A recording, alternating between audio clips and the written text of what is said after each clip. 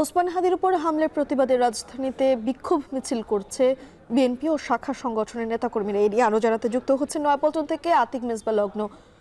বিএনপির নেতাকর্মীরা মিছিল থেকে কি বলছেন বিস্তারিত জানাবেন।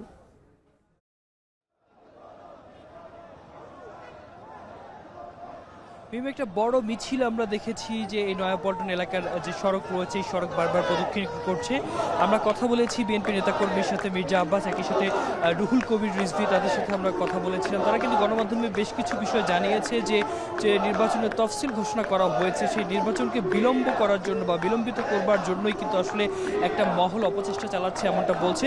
এবং মির্জা আব্বাস তিনি বলেছিলেন যে আসলে এই ঢাকা ৮ আসন কিংবা সমসাময়িক জায়গাটিতে আসলে নানানভাবে অস্থিরতা সৃষ্টির অপচেষ্টা করা হচ্ছে এবং বিএনপি সর্বোচ্চ ধৈর্য এবং নিষ্ঠার সাথেই মূলত এখানকার যে পরিস্থিতি সেটি নিয়ন্ত্রণের জন্য কাজ করবে। আমরা নেতাকর্মীদেরকে দেখেছিলাম বিভিন্ন সময় এখানে স্লোগান দিয়েছে এবং স্লোগানের মাধ্যমে গতকালকে ইনকিলাব মঞ্চের মুখপাত্র শরীফ ওসমান হাদির উপর যে হামলা সেটিকে আসলে ন্যাক্কারজনক দাবি করে তারা সর্বোচ্চ শাস্তি এবং যারা এর সাথে জড়িত রয়েছে আইনের আওতায় আনার জন্য কঠোরতম বিচার দাবির জন্য তারা কিন্তু এখানে স্লোগান দিয়েছে।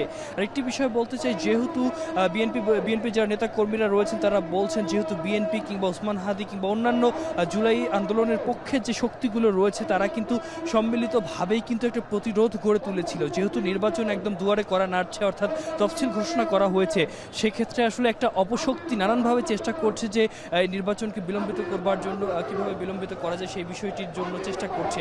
এবং একই সাথে আমরা দেখেছি যে দলের শাখা সংগঠন, তৃণমূল পর্যায়ের নেতাকর্মীরা কিংবা ঢাকা মহানগর উত্তর এবং দক্ষিণের নেতাকর্মীদেরকেও আমরা দেখেছি তারা কিন্তু সম্মিলিতভাবে এখানে উপস্থিত হয়েছে এবং যে বিষয়টি তারা আসলে নিশ্চিত করেছিল সেটি হচ্ছে তারা আসলে সর্বোচ্চ তৎপরতার সাথে আসলে তাদের যে অবস্থান বা তাদের যে একতাবদ্ধ পরিস্থিতি সেটি আসলে জানান দিতে চায় বলে আমাদেরকে জানিয়েছে। এবং আরেকটি কথা বলেছে, জুলাই আন্দোলনের যে ঐক্য সেখানে যেন কেউ কোনোভাবে ফাটল ধরাতে না পারে সেদিক থেকে আসলে সর্বোচ্চ সোচ্চার থাকার জন্য শুধুমাত্র বিএনপি নয়, এর সাথে সংশ্লিষ্ট সকল দল কিংবা বাংলাদেশে আসলে যারা সুস্থ এবং রাজনীতি করে থাকে সবাইকে একতাবদ্ধ হবার জন্য মূলত এখানে আহ্বান জানানো হয়েছে।